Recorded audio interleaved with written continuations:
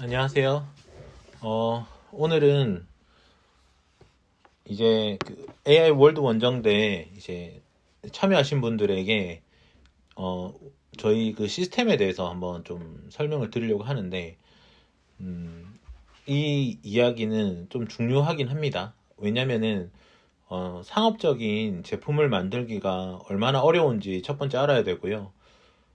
이 부분에 대해서 제가 좀 두서없이 평소에 얘기를 많이 하는 분야니까 말씀을 좀 드려보겠습니다. 그래서 서로 이 인계점을 이해를 해야만 우리가 왜 이런 수업을 배워야 되는지, 또 떻게 만들어 가야 되는지를 알게 됩니다. 첫 번째로 어, 그 개발자들이 좀 반성해야 될 것은, 이제 사실 개발자를 한다는 게 정말 개발이 좋아서 하시는 분들 잘 없는 것 같아요. 제가 봤을 때는 전부 다 이제 어떤 급여가 좋고 뭐 복지가 좋고 좋은 어떤 정말 좋은 기업들이 이제 다 IT를 기반으로 하다 보니 이렇게 하는 것 같은데, 음, 그,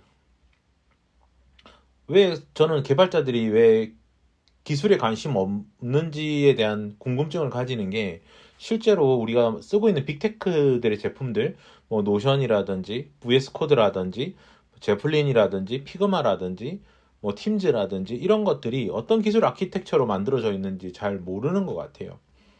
본인들이 개발자면서도 우리가 사용하고 있는 제품들 인계점을 뚫어낸 다수가 쓰고 있고 유니콘이 된 기업의 아키텍처를 대부분 이해하지 못하고, 각자가 이제 배운 기술을 자꾸 유지하려고 하거나 아니면 정말 취업이 잘 되는 기술 스택으로만 이제 살아가려고 하는 것 같습니다. 특히 우리나라 같은 경우는 리액트나 이제 자바가 많이 쓰는데, 대중적인 언어의 공통점은 쉽다는 겁니다.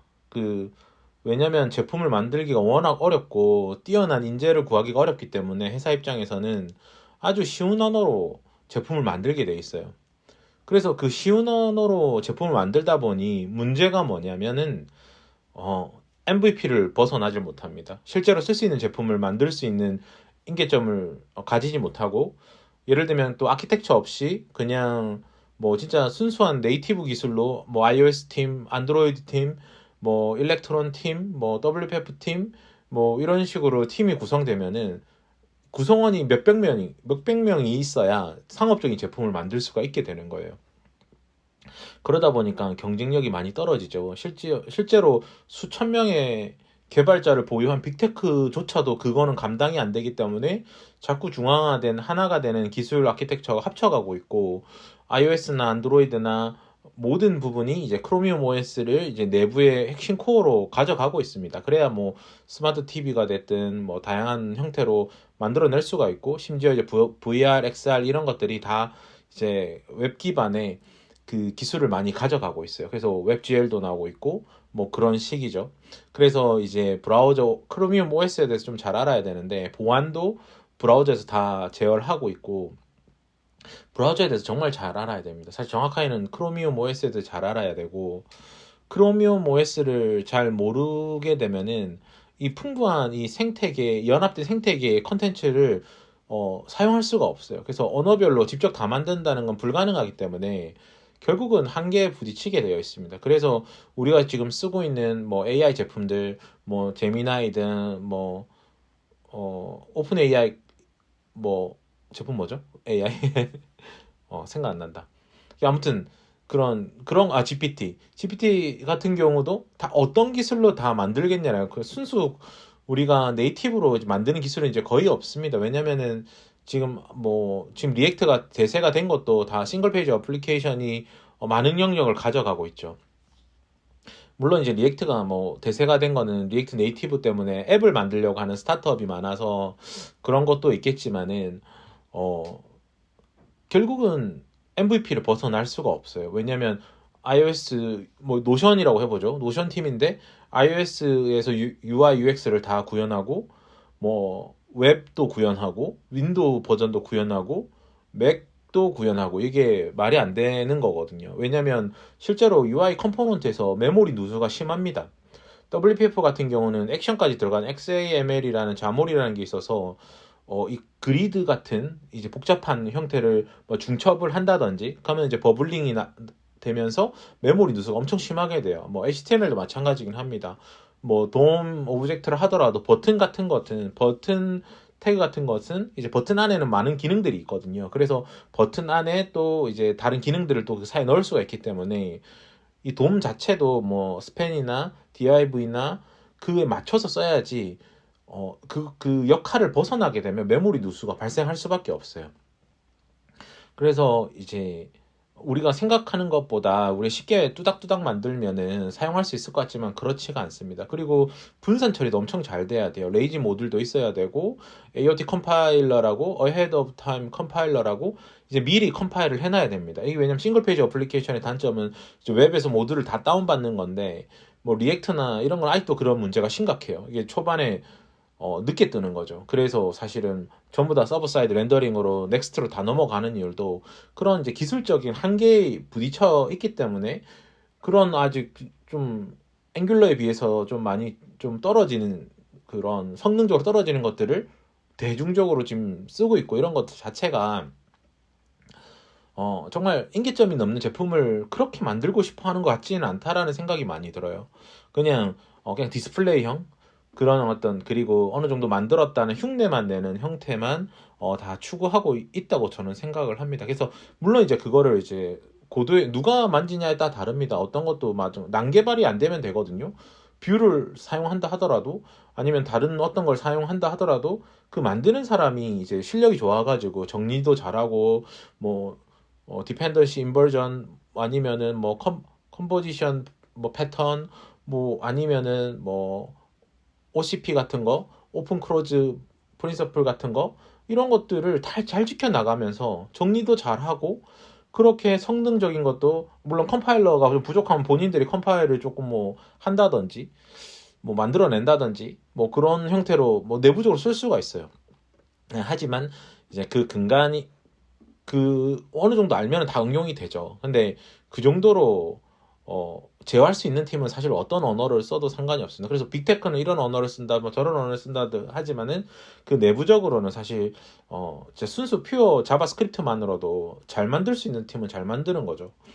그렇지만 그게 엄청 인간은 한계가 있어요. 그래서 지금도 AI 바이브 코딩이 나오니까 사실 빅테크의 모든 개발자들도 물론 코어를 만지시는 분은 아니겠지만 어느 정도 사용할 수밖에 없는 이유가 그만큼 이 한계에 부딪힌 것들 극복하기 나온 그 언어들과 그 제일 좋은 어떤 생태계를 사용 안 할 수가 없다라는 거죠. 형상 관리도 마찬가지인 거고 그 다음에 뭐 이제 브라우저는 이제 자바스크립트가 이제 싱글 스레드니까 이 싱글 스레드에 한계가 있단 말이에요.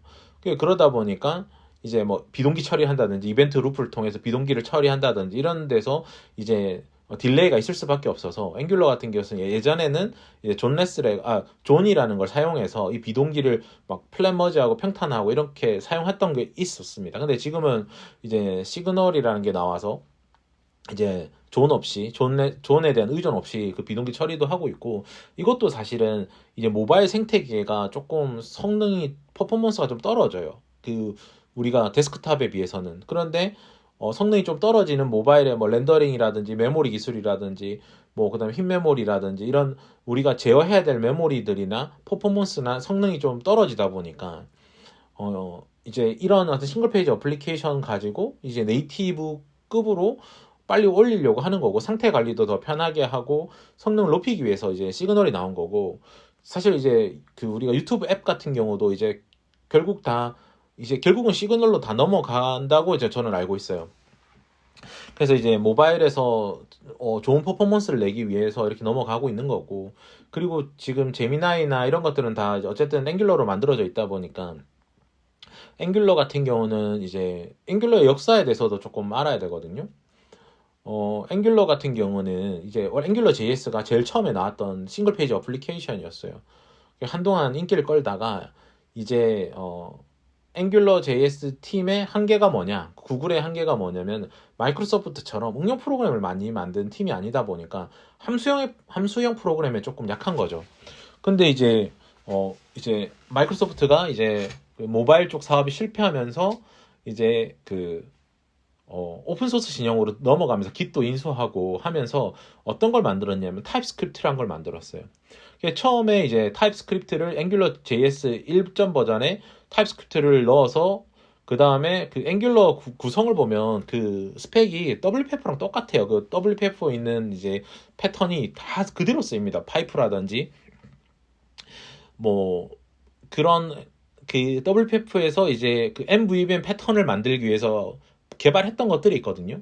그 모든 것들이 사실은 앵귤러 2에 거의 다 들어가게 됐어요. 근데 당연히 이 웹 기반 생태계 분들은 이게 부담스럽고 당연히 이런 타입을 형태를 지켜야 되는 컨벤션이 강한 이런 언어 규약이 강한 거를 한다는 거는 정말 부담스러운 일이죠. 또 자유롭게 쓰던 게 아니니까.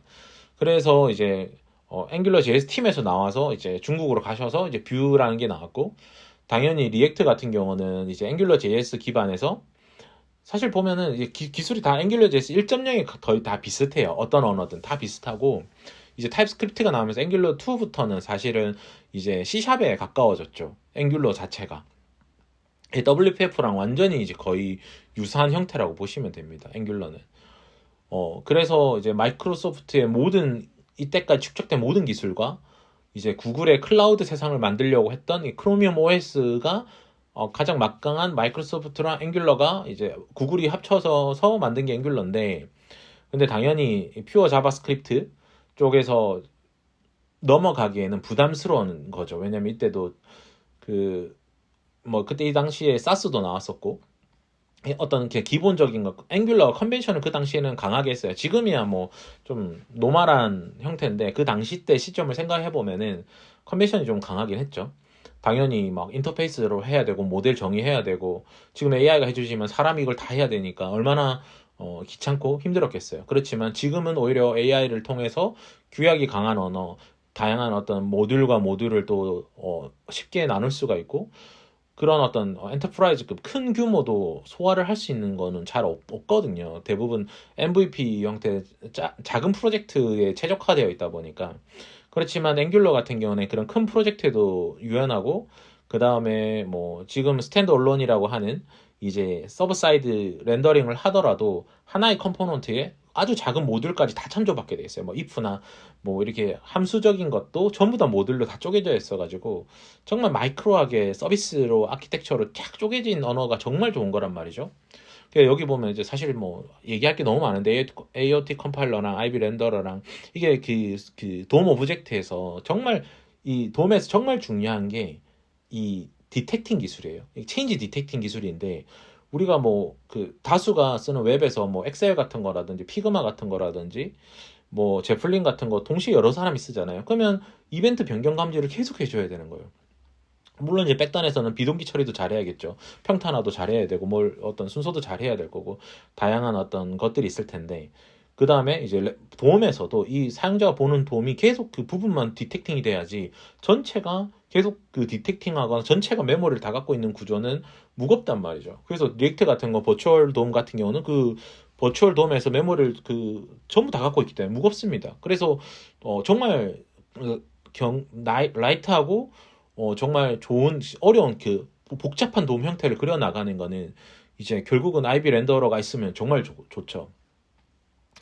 심지어 이제 시그널 같은 거는 비동기 통신할 때 존까지 이제 사용하지 않고 이제 평탄하든지 이런 것들을 이제 복잡하게 이제 관리하던 이제 싱글 이벤트 루프가 하지 못하던 거를 이제 존이 그 역할을 했었는데, 이제 존 리스가 되면서 이제 시그널이 이제 상태 관리를 해줘서 이제 컴포넌트 커뮤니케이션에서는 상태 관리가 정말 중요하거든요. 그리고 실제로 이기종 통신 이렇게 이기종을 갔다 왔을 때 상태 관리도 잘 해줘야 됩니다. 그래서 옵저버 패턴도 좋긴 하지만은 이 옵저버도 이제 관리를 잘 해야 돼요. 이게 비헤이비어라는 거를 잘 관리해야 되기 때문에 비헤이비어 서브젝트나 옵저버블이나 옵저버나 그러니까 이런 것들을 명확하게 알고 있어야 돼요. 그래서 이제 그 차이를 알고 있어야 되거든요. 이전 상태값을 갖고 있느냐, 이제 새로 매번 시작되느냐, 이런 것들을 다 알아야만 이 이기종 통신이나 이 어려운 제품을 만들어가는 기술에 큰 도움이 됩니다. 그래서 이제 로월드 소프트 같은 경우는 사실 모든 제품을 이 아키텍처로 만들고 있어요. 그래서 어떤 장점이 있냐면은 다른 곳보다 비용이 한 3배 이상 절감이 되고 그 시간도 3배 이상 절감이 됩니다. 실제로 이 UX 부분이 정말 민감한 거예요. 우리가 기업의 브랜드잖아요. 이게 보이는 그 액션과 UI와 이 경험치가 동일해야 되거든요. 여러 제품을 만드는 회사일 경우. 물론 소프트웨어를 만드는 회사는 우리나라 거의 없지만은, 그러니까 그래서 뭐 다 이거 못 만들어내서 다 해외 컴포넌트 업체에서 컴포넌트 다 사오거든요. 뭐 그리드라든지 뭐 그 그리드 자체도 메모리 누수가 심할 수 있어요. 그래서 그렇게 해외에서 잘하는 팀이 만들어준 걸 가져와서 써야 됩니다. 직접 만들면 QA를 못 넘어갑니다. 버그가 너무 많아가지고. 그래서 이제 조금이라도 어려우면 상업적으로 갈 방법이 없어요. 실제로 이제 소프트웨어를 만드는 데서 이제 QA를 해보신 분들은 다 잘 아실 거고, 저 같은 경우는 이제 그 과거에 이제 스위스에서도 이제 전 세계 쓰는 제품을 만들어 봤고, 그쪽 QA 팀하고도 일을 해봤고, 뭐 삼성전자 가전사업부에서도 저 일을 했어봤고, LG전자 가전사업부에서도 일을 했어봤고, 그러니까 이제 진짜 그 상업적인 제품을 만드는 부분 회사들, 우리나라에서 가장 큰 회사들하고, 물론 저는 이제 하청으로 일을 하긴 했지만은, 제일 앞단에서 소프트웨어를 만들었기 때문에 이제 경험을 다 해봤어요.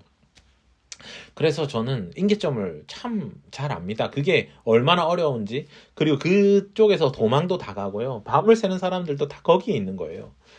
당연히 제품 나가면 버그가 나 쏟아지고, 우리 SI 같은 경우는 시스템 인티그레이션 하는 SI는 B2B잖아요. 그러면 거기는 실제로 많은 사람들이 쓰진 않아요. 그 기업 내부에서 쓰는 시스템을 하는 거기 때문에 CRUD만으로도 되기도 하고, 좀 어려운 기능이 있어도 그냥 명령으로 그냥 쓰고 한 1, 2년 계속 업그레이드 해 나가면서 SM 분들이 업그레이드 나가면서 그나마 쓸 수 있게 만드는 거지만, 우리 글로벌로 나가야 되는 제품이라고 하면 이제 글로벌 경쟁을 가지기 위해서 기술이 축적된 사람들이 이 AI를 활용해서 제품을 만들어야 되는 시대라고 지금 다 얘기하고 있잖아요. 자, 그러면 이런 것들을 알아야 된다라는 거예요. 이런 것들을 모르면은 그 끝에 가서 한계에 부딪혀서 제품이 안 됩니다. 이 퀄리티를 사람이 사용할 수 있는 수준의 제품이 될 수가 없어요. 그래서 이 공법이, 우리가 집을 지어도 2층짜리 그 단독주택을 짓는 기술하고 빌딩을 짓는 기술하고 이 랜드마크를 짓는 기술은 달라야 됩니다. 설계가 달라야 되기 때문에 이 많은 디바이스들과 이 뛰어난 어떤 UX, UI 경험치, 그 다음에 뭐 이제 노션처럼 이제 소켓 통신이나 아니면 뭐 서버에서 뭐 서로 주고받는 패치 형태로 계속 이벤트가, 이제 서버 사이드 이벤트가 계속 쏟아져 나와야 돼서 서로 그거를 머지도 하고 평탄화도 하고, 아니면 어떤 서비스는 이제 뭐 쿠버네티스 같은 데 올려가지고 오케스트레이션도 해야 되고, 이 정말 복잡하단 말이에요. 그 마이크로 서비스 아키텍처로 가게 되면은. 도움에도 마찬가지입니다. 이게 프론트 쪽도 그 깊이가 엄청 큰 거예요. 그리고 이제 iOS나 이쪽 가면 그 제약이 심합니다. 보안적인 제약도 심하고, 흰 메모리 할당되는 것도 얼마 안 되고, 그리고 버벅거리고, 그리고 멀티 프로세스를 다 써야 돼요. 그 네이티브의 자원을 다 가져다 써야 되거든요.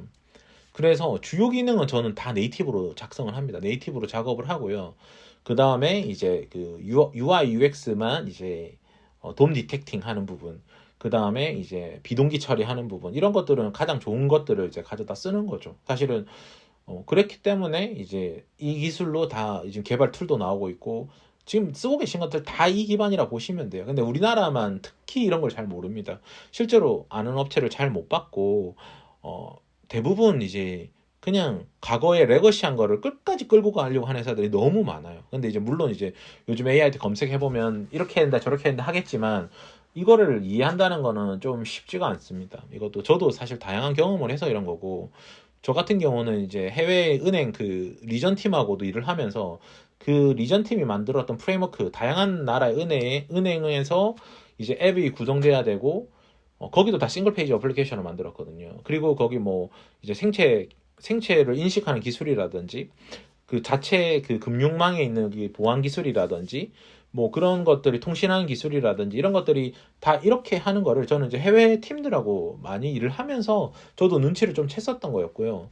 사실 이쪽 인터페이스도 사실은 예전에는 뭐 하이브리드 앱이라 해가지고 아파치 코도바 같은 거를 쓰기도 했고, 이 사이에 뭐가 많았었어요. 근데 이게 보면은 뭐 안드로이드랑 이렇게 통신한다고 쳐보죠.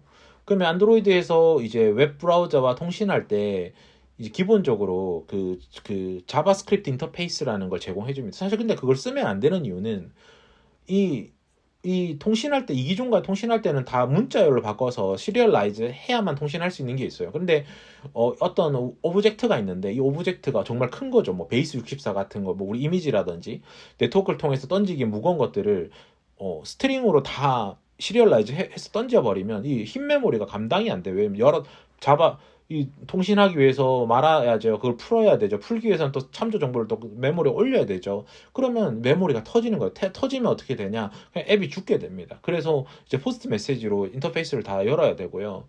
포스트 메시지로 인터페이스를 열어야 되는 건 바이너리 데이터를 주고받을 수 있다는 거예요. 패킷 단위로. 아니면은 XHR 통신을 서로 하면 됩니다. 그냥 그런 식으로 이제 이런 것들을 다 알아야 되는 거죠. 그러니까 이런 것들을 알아야 이 공통화라는 걸 할 수가 있습니다. 공통화라는 거는 기술적으로 조금 어려워요. 근데 이렇게 안 하면 다 기술 부채가 된다라는 거죠. 결국은 이제 오픈 크로즈 개방에는 확장에는 개방하고 폐쇄에는 수정에는 폐쇄해라. 그러니까 이 중간에 어떤 의존성을 역전할 수 있는 걸 하나 둬야 됩니다. 이게 우리가 그 솔리드 원칙을 거의 다 알아야 돼요. 그리고 특히 이제 그 인터페이스도 분리해야 되고, 그 다음에 오픈 클로즈도 해야 되고, 그 다음에 당연히 단일적으로 개발할 때는 이제 단일 책임의 원칙도 지켜야 되고, 그 중에 가장 중요한 게 뭐냐? 디펜던시 인버전이에요. 사이에 뭘 둬야 된다라는 거예요. 그래서 이제 이 중앙에서 제어를 해야 되는 거예요. 사실 코드 이렇게 된다, 이렇게 코드를 날 코딩을 할 수 있는 게 아니에요. 이렇게 되면은.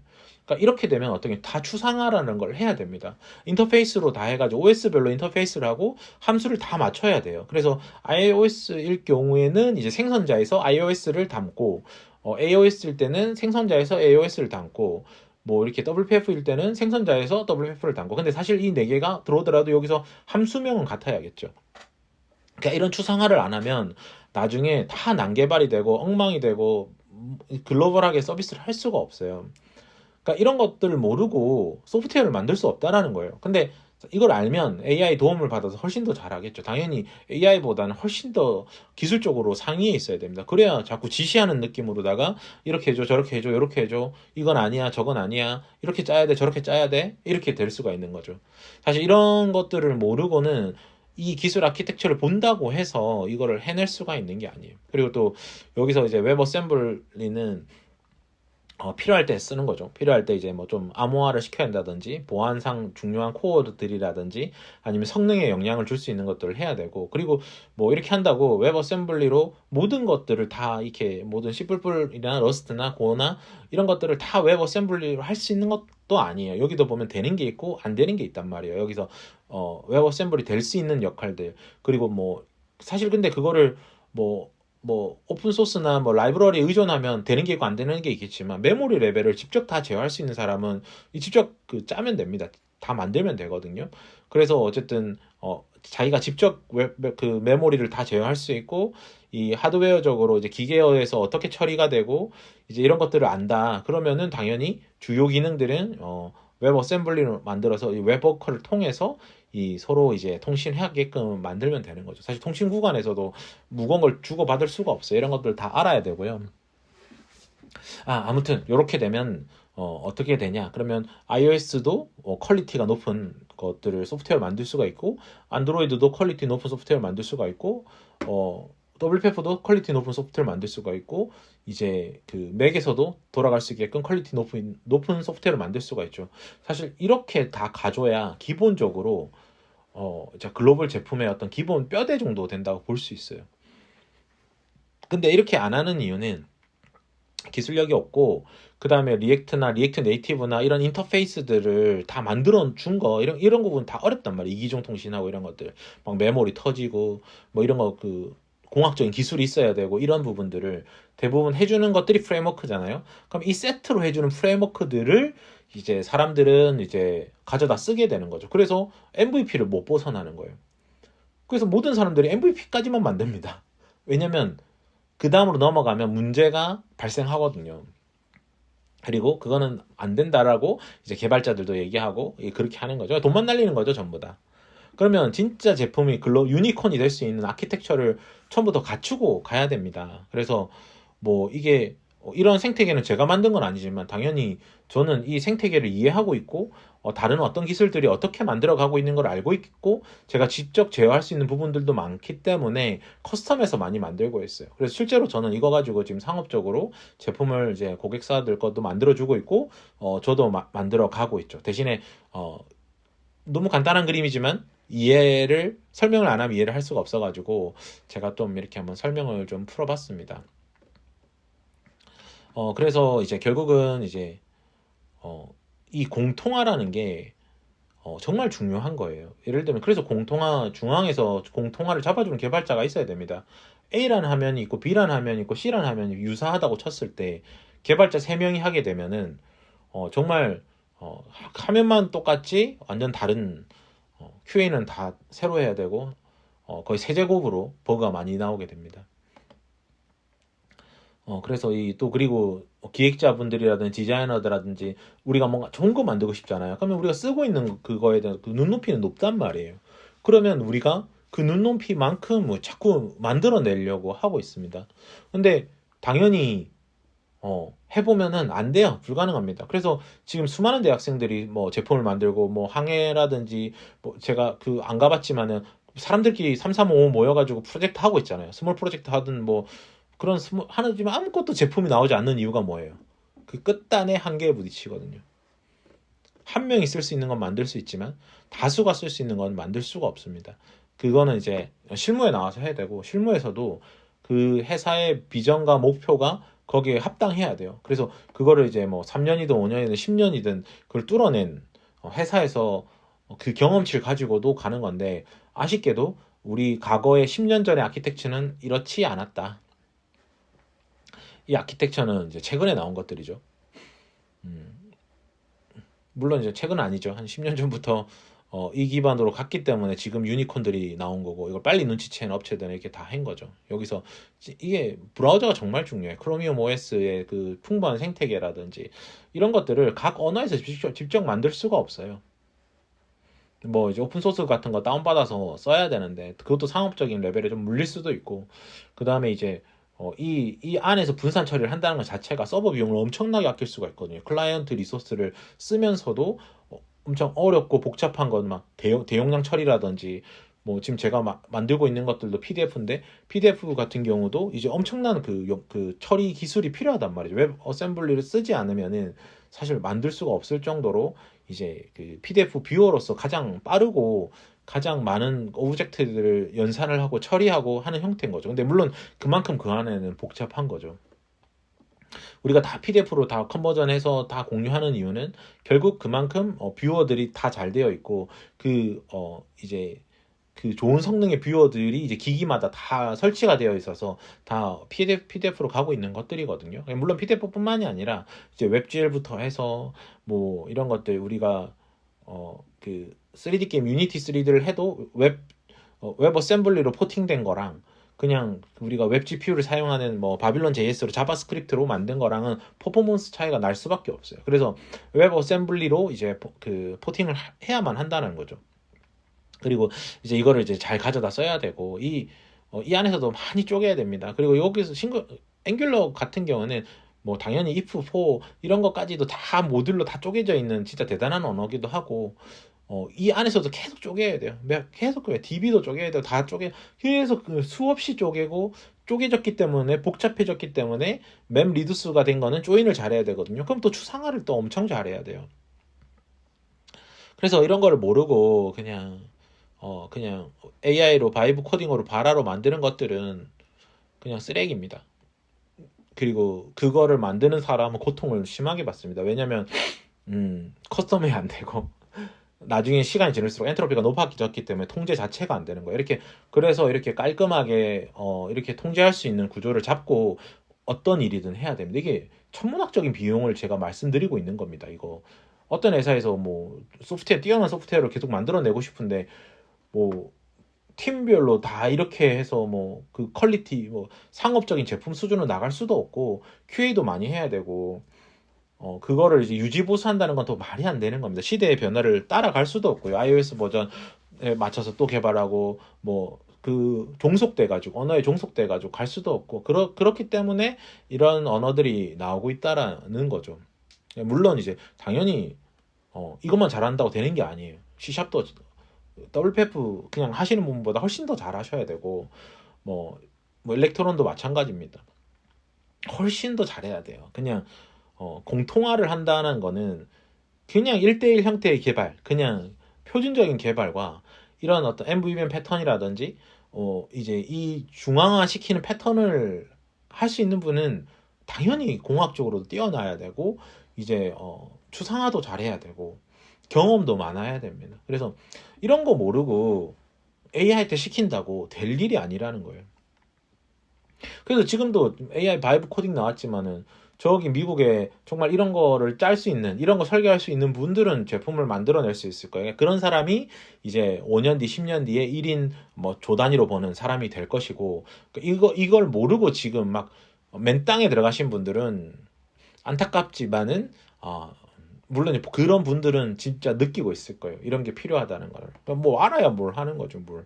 이기종 통신이 그냥 프레임워크만 가져다 쓰고 그냥 우리나라 같은 자바 공화국에서 그냥 뭐 인텔리제이나 뭐 이클립스 없으면 자바 개발도 못 하시는 분들이 천지 빼가리기 때문에 그냥 그 터미널 언어란 말이에요. 그 그래드라고 네이브는 그냥 터미널 용어란 말입니다. 그래서 그걸로 가지고 컴파일도 시킬 수 있고 전부 다 할 수 있는데 그 툴의 의존성이 너무 높아서 아무것도 못 하시는 분들 이런 아키텍처를 잡을 수가 없습니다. 우리나라는 그런 사람들 진짜 많죠. 이제 그러니까 이제 당연히 이것도 안 된다 저것도 안 된다 이것도 안 된다. 우리는 이렇게 절망밖에 없는 거예요. 젊은 사람들 창업해가지고 모여서 막상 해보면은 안 돼요. 그 돈만 투자해오면 될 것 같아가지고 100억을 투자해와도 이 아키텍처를 모르기 때문에 100억짜리를 상업적으로 만들어내지 못하고 폐업을 하게 되는 거죠. 그래서 제가 지금 천문학적인 이야기를 하고 있는 거예요. 유지보수까지 생각하고 이거 가지고 미래 패권을 장악하고 미래 돈을 벌고 전 세계 사람들이 쓰고 분산 처리하고 이거 알아야 된다라는 거예요. 전 세계에서 이런 기술들을 어떤 기업이 어떻게 나아가고 있고 무엇을 하고 있고 이런 것들을 세부적으로 알아야 그걸 따라가지 않겠습니까? 근데 전혀 이런 강의를 해주는 곳도 없고 그냥 정말 기초 강의, 자바 강의, 뭐 리액트 강의 이런 것만 막 듣고 있고 그런 신텍스적인 거는 그런 거는 굳이 강의 안 들어도 할 수 있잖아요. 근데 그거야 뭐 너무 비기너 같은 경우는 뭐 초보자는 그런 거라도 해서 개발자 취업하려고 하는 거고 우리 제품 만드는 사람들은 이미 그 정도 레벨은 아니잖아요. 그러면 내가 아키텍처를 잡을 수가 있어야 돼. 그러니까 비용을 다 생각해야 된다. 그러니까 서버에도 우리가 DB를 조인을 색인만 해도 이게 전기세가 얼마나 들고 메모리가 얼마나 쌓이게 되고 이런 것들 CPU를 누가 어떻게 차지하게 되고 어떻게 분산 처리해야 되고 이런 걸 비용 처리를 하는 법을 알아야 우리가 아키텍처를 잡는 건데 그게 아니고 그냥 AWS에다가 그냥 때려 올려가지고 그냥 뭐 사용자 터지면은 자꾸 더 자원을 자꾸 더 늘려 나가면은 이게 서버비가 천문학적으로 들잖아요. 그래서 그 스타트업 투자 받은 돈들은 전부 다 AWS로 다 가고 있지 않습니까? 그래서 AWS에 돈만 갖다 바치다가 사업이 망하고 정말 그랬던 회사들이 많을 것 같고 그래서 이런 거 모르니까 맨날 그 스타트업마다 시니어 필요하다 뭐 CTO 필요하다 하는 거잖아요. 그냥 다 한계에 부딪히게끔 그냥 프레임워크 그냥 가져다 써놓고 마치 그 프레임워크가 다 해줄 것처럼 생각하고 그런 초보적인 생각을 해서 그 금방 벽에 부딪힐 만한 일을 해놓고 어떤 일이 벌어질지도 모르고 이런 설계 없이 가져가고 당연히 그러니까 지금 전부 다 난간에 빠져 있지 않습니까? 아무튼 이제 비난하려고 한 건 아닙니다. 이게 이런 게 그만큼 중요하다는 걸 좀 강조하고 싶어서 그런 거고요. 이 UI 쪽에서 메모리가 많이 터져요. 메모리가 많이 터지고 메모리 누수가 심합니다. 그래서 우리가 단순히 디스플레이형 새로 고침하고 이런 것 우리가 그동안 우리나라 서비스는 O2O 서비스라든지 오프라인 투 온라인이라든지 뭐 쇼핑몰이라든지 대행이라든지 이런 것들은 메인 비즈니스가 소프트웨어가 아니에요. 그거는 뭐 유통이나 뭐 어떤 그쪽 도메인 그쪽을 이제 그 게이트 역할만 하는 거죠. 그냥 게이트 역할만 한 개발을 정말 소프트웨어를 개발했다고 생각하시면 안 됩니다. 그래서 우리나라는 백엔드가 인기가 좋고 하는 게 다 그 백엔드 처리하려고 하는 거예요. 프론트가 좀 무시당하는 것도 비즈니스가 소프트웨어가 아니에요. 그런 회사들은. 그래서 다 뭐 백엔드 분산 처리도 다 뭐 레디스나 뭐 그 아파치 스파크나 뭐 이런 하두비나 이런 거 가져와서 그냥 쓰는 거잖아요. 가져다 쓰기만 하기 때문에 뭐 분산 처리를 직접 하지도 않고 그냥 그런 것들이 죽지만 않으면 되는 형태다 보니까 그것만 해도 떼돈을 버니까 이제 그렇게 갔지만은 지금의 우리가 만들어야 되는 이제 앞으로 많은 사람들이 콘텐츠를 소비하고 소프트 앱을 소비하는 이런 형태의 개발에서는 그 정도 레벨로는 안 된다라는 거예요. 그러면 또 인기 있는 비즈니스 모델을 찾아야 되는 거고, 그러면 그 치열한 치킨 게임을 하는 그 B2B 서비스, 그 오토 서비스나 대행 서비스로 다 가야 되나? 다 대행이잖아요. 다 플랫폼이라 그러고, 다 이게 그런 어떤 온라인을 활용한, 그것도 대단하지만, 그걸 돈을 버시는 거는 대단하지만은, 정말 소프트웨어 공학적으로 그런 분들은 이런 아키텍처가 필요 없다라는 거예요. 그냥, 그 MVP 레벨에서 개발을 하고, 그냥 서버비 많이 들고, 그냥 클라우드에 돈 많이 갖다 바치면, 그리고 그런 어떤 라이센스 많이 내면 가능한 개발들이다라는 거죠. 그러니까 그런 개발과 우리가 앞으로 AI 월드 원정대가 가야 될 우리 꿈의 제품을 만드는 거는 아키텍처가 달라야 된다라는 겁니다. 그리고 뭐 당연히 우리가 쓰고 있는 피그마나 뭐 대다수의 우리 소프트웨어 앱들은 다 이런 식으로 다 구현 안 된 게 없습니다. 아니면 워낙 너무 오래돼가지고 뭐 디바이스별로 언어별로 다 유지하고 하실 수도 있죠. 어도비 팀이나 마이크로소프트. 그렇지만 그 모든 팀이 이 구조로 짠 회사한테는 다 졌어요. 뭐 어도비는 이제 당연히 피그마나 지금 생성형 쪽에 다 밀렸고, 마이크로소프트의 오피스조차도 당연히 이제 구글에서 쓰는 온라인 그 엑셀이나 뭐 이런 드라이브 쪽에 이런 정확한 용칭 생각 안 나네요. 그래서 그런 데 다 밀려 나갔잖아요. 그래서 이 아키텍처를 이길 수가 없습니다. 그리고 이건 클라이언트 리소스를 쓰고 최대한 어떤 많은 뭐 1억 뭐 10억 이런 그 유저들이 사용해도 절대 죽지 않는 구조라는 거예요. 서버에서 다 처리하면은 비용이 10억 100억씩 나옵니다. 진짜로 억 단위로 유저가 생기면요. 물론 그것도 기쁜 일이지만 뭐 미국처럼 그렇게 우리한테 막 수천억씩 투자가 이루어지지도 않고요. 지금은 뭐 그런 전략으로 하다가 지금 다 망했고요. 그리고 이제 이런 것들은 이제 중요한 내용이긴 한데 그 진짜 다국어도 만들어야 되고 뭐 로컬라이제이션도 해야 되고 그리고 계속 유지해 나가야 되는 거예요. 만든 게 점차적으로 계속 개선이 돼야 된다는 거예요. 근데 이렇게 기술적으로 아키텍처를 안 잡고 이게 이 엔트로피를 파이프를 딱 안 잡고 떨어뜨려 놓고 가지 않고서는 그다음에 제일 좋은 걸 써야 됩니다. 제일 좋은 거. 현재 나와 있는 기술 중에 가장 좋은 거. 메모리 최적화, 상태 관리 최적화, 이 분산 처리 최적화, 그리고 각 디바이스의 발전, 이 큰 물결을 따라가 줘야 되는 거예요. 아니면은 개판 납니다. 지금 우리나라 개발자들 안 봐도 제가 아는데 다 슬퍼하고 있잖아요. 다뭐 고액연봉 받으면 뭐합니까? 가서 다 눈물을 흘리면서 이 아키텍처 몰라가지고 그냥 다 옛날 기술 그냥 붙잡고 그냥 누가 만들어준 거 조금씩 뜯어가면서 살아가고 있잖아요. 너무 슬픈 일입니다. 왜냐면 우리가 원하는 건 경쟁을 하고 있기 때문에 그 기획팀에서 만들어낸 걸 다 소화해줘야 되고 그 대표님이 원하는 또 투자자의 원하는 걸 소화를 해야 되는데 뭐 안 되는데 어떡해요. 그 뼈대를 잘못 잡고 갔는데 당연히 이런 것들을 배우셔야 한다라는 거고, 이제 이런 것들을 제가 배우는 수업을 이제 계속 강의를 할 거예요. 그래서 이거는 이런 강의는 이제 우리 AI 월드 원정대를 이제 지원하신 분들에 한해서만 수업을 할 거고, 당연히 이제 첫 번째 달에는 기획이나 우리 뭘 만들지 이런 거 얘기하긴 할 건데, 물론 거의 당연히 후불제라서 공짜에 가까우니까 뭐 이런 자료들도 제가 이제 수업을 만드는 것들을 잘 이제 배워 나가시면 좋을 것 같습니다. 네, 그래서 이것뿐만이 아니에요. 우리가 기획을 하는 것라든지 이거를 공통화하는 기술, DI를 사용하는 기술, 그러니까 중앙에서 제어를 하는 거를 해야 되는 거. 의존성을 우리가 1대1로 걸지 않고 중앙의 어떤 핵심 모듈을 통해서 도킹 스테이션을 통해서 모든 것과 연결하는 거를 도킹 스테이션을 부분마다 다 인생의 어떤 삶도 똑같고 개발도 똑같고 다 그렇다는 거예요. 그래서 유연하게 만들어내지 않고서는 우리가 이제 계속 이터널티로 가는 영원히 가는 이 아키텍처, 지금 마이크로 서비스 아키텍처가 이터널티, 영원히 계속 새로운 언어를 도킹하면서 발전시켜 나가겠다. 이게 빅테커들의 전략이란 말이죠. 그러면 우리가 우리도 그런 기술로 가져야 된다는 거. 최소한 비빌 수 있는 아키텍처 정도는 가져가줘야 된다라는 겁니다. 그리고 또 마지막으로 하는 거는 제가 앵귤러를 쓰고 있는데 우리가 어떤 걸 익힐 때 가장 좋은 걸 익히셔야 된다라는 거예요.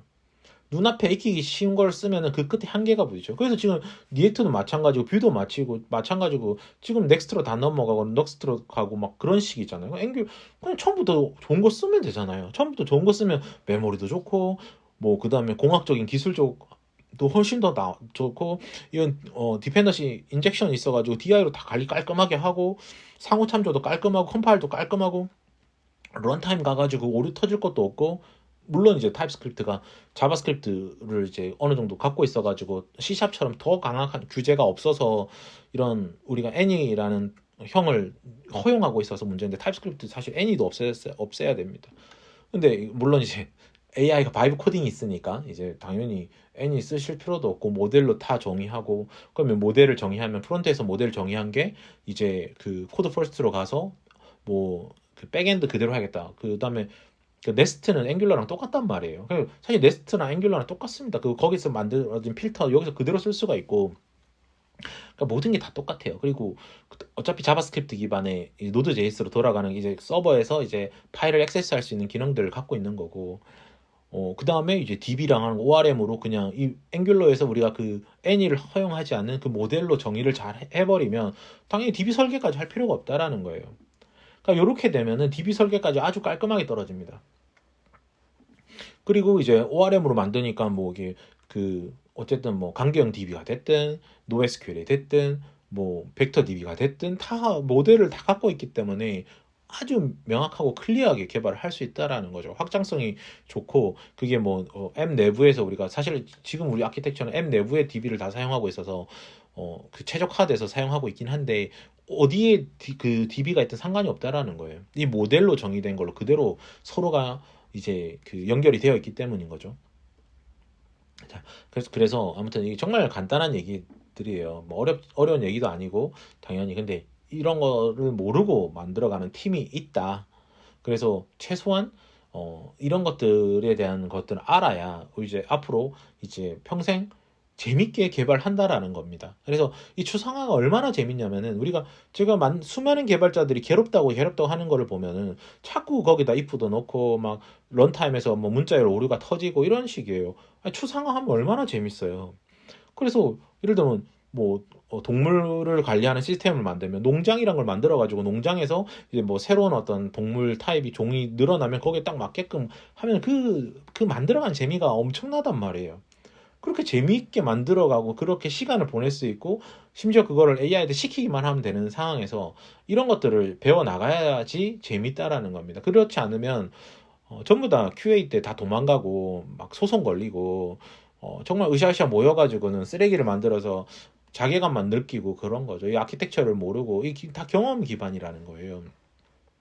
해외에서는 어떤 기술로 어떻게 가고 이런 것들 좀 알아야 되는데 자꾸 그냥 당장 눈앞에 그 샘플만 딱 해서 투자받기 위해서 그냥 우리 이런 거 만들 수 있어요 이런 보이기식 그런 거는 지속할 힘도 없고 그런 사람들은 경쟁자도 아닙니다 앞으로. 그래서 이런 것들을 이제 앞으로 이런 기술을 통해서 이제 꿈에 내가 만들고 싶은 것들을 만들어 나갈 거고 저 같은 경우는 이런 것들을 이제 귀찮지만 중요한 것들 뭐 파일 시스템이라든지 뭐 이런 것들 뭐 결제 모듈이라든지 안정성이 있어야 되고 뭐 아니면 뭐 DB를 생성하는 거라든지 분산 처리하는 거든지 아니면 뭐 메모리를 쪼개 가지고 스트리밍으로 주고받는 거라든지 뭐 아니면 벡터 DB를 두고 그 벡터를 학습시키는 거라든지 뭐 이 기술 안에 웹 어셈블리를 넣을 수가 있을 거고 아니면 뭐 파이썬 같은 거를 또 내부에 넣을 수도 있을 거고 이런 필요에 의해서 가장 좋은 것들을 이 아키텍처를 만들어가는 게 이제 저의 역할인 거죠. 이걸 통해서 상업적인 걸 할 건데 이게 다 임계점이라는 거예요. 우리가 뭐 자바스크립트나 HTML로 만들고 싶은 걸 만든다고 해서 그냥 뭐 요즘은 뭐 퍼즐 게임 같은 거 그냥 바라만 한다고 만들 수 있다고 해서 그거를 상업적인 파이프라인으로 연결하는 것까지 할 수가 없다라는 거예요. 이런 거 다 알아야 돼요. 분산 처리도 알아야 되고 결국은 크게 가면 마이크로 서비스 아키텍처도 알아야 되고 나중에 이제 커런시도 결국 이제 비트코인이나 이런 식으로 스테이블 코인 같은 걸로 다 달러 같은 게 다 맨픽 돼가지고 갈 텐데, 이런 기술을 만들어 놓고 제품을 만들어 놓고 컨텐츠를 만들어 놓고 이런 거 연결을 해야 다 이 돈을 벌 수 있는 거고, 이런 거 안 해놓으면은 못 합니다. 그리고 이렇게 안 하면은 다 99.9%의 제품들이 만들기만 하고 운영까지 가지를 못합니다.